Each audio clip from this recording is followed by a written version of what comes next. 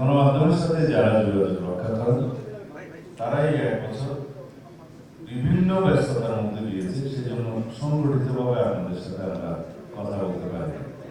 আবারও ক্ষমা করব। আপনারা সমাজে তো আমরা ছোটবেলা থেকে শুনে এসেছি পত্রিকা হচ্ছে সমাজের দল।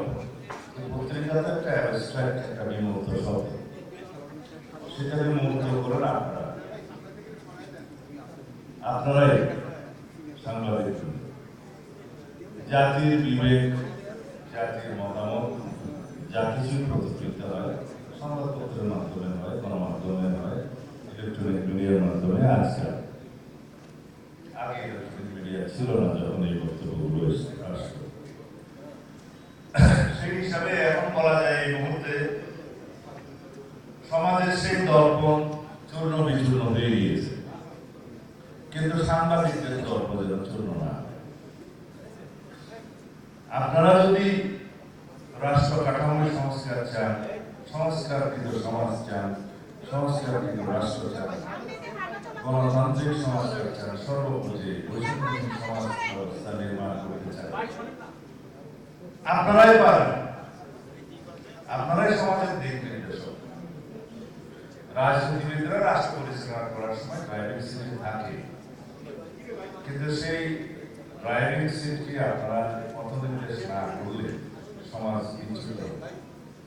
যে দুর্ভাগ্যজনক ঘটনা হয়ে গিয়েছে গত কয়েকদিন আগে কয়েকটি বাংলাদেশের খ্যাতনামা পত্রিকা অফিসে প্রথম আলো, ডেইলি স্টার যেভাবে জ্বালিয়ে দেওয়া হয়েছে, পুড়িয়ে দেওয়া হয়েছে, বার্ন ডাউন গ্রাউন্ড যেটা বলতেছে, এরকম দৃশ্য সারা বিশ্ব দেখেছে। লজ্জা জাতি হিসেবে এটা কোনোভাবে আমরা শুধুমাত্র দুঃখ প্রকাশ করে, ক্ষমা প্রার্থনা করে সমাপ্ত করতে পারব। এখানে সরকারের দায়িত্ব ছিল সবচেয়ে বেশি,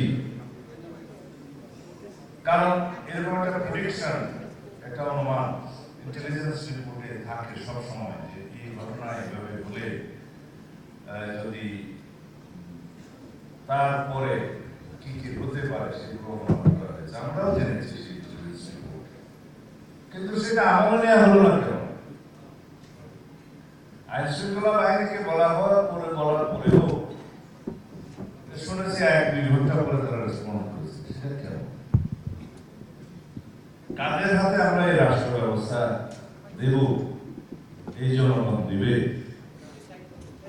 তাদের নির্ধারণ করার জন্য যারা দায়িত্ব, নিরপেক্ষ নির্বাচন করার জন্য যারা দায়িত্ব নিয়েছে, তাদের এই জায়গায় ভূমিকাটা প্রশ্নবিদ্ধ। নতুন রিন গভীর থেকে পরিষ্কার করে কাপড়কে রাখে নতুনের মতো উজ্জ্বল। নতুন রিন অ্যাডভান্সড পাউডার।